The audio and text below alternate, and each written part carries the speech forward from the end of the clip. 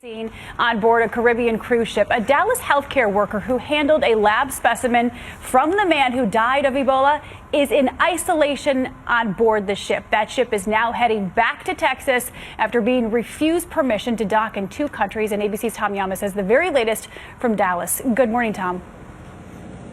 Paula, good morning to you. That lab technician worked here at Texas Health Presbyterian, but she boarded that cruise ship before there was a directive for workers like her not to travel by plane, bus, or boat. This morning, more than 3,600 passengers aboard the Carnival Magic sailing back to the U.S. after Mexican and Belize officials turned away the ship over fears about a Dallas medical worker on board.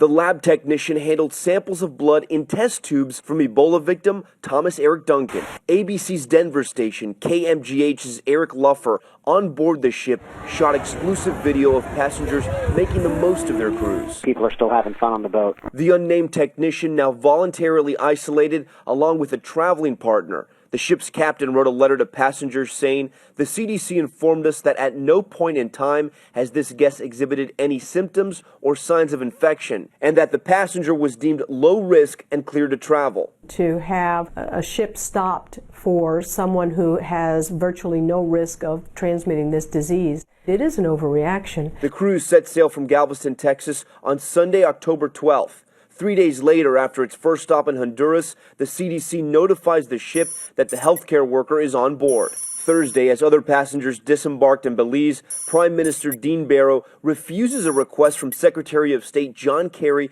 to evacuate the quarantine medical worker. To do this thing in a way that could absolutely have eliminated any possibility of any risk to Belizeans, I would have been willing. This all happening as new scares continue. An American Airlines flight was held in Charlotte for observation after a passenger became ill on board, and a sick woman on a tour bus outside the Pentagon shut down parts of the military headquarters. Both were false alarms. Now, passengers aboard the Magic will get a $200 onboard credit. They'll also get 50% off their next Carnival cruise. I also want to mention this morning, Liberian's president has called Dallas mayor and offered an apology for everything that's happened in this city because of this deadly disease. Of course, Thomas Eric Duncan was from Liberia. Dan? Tom Yamas, thank you.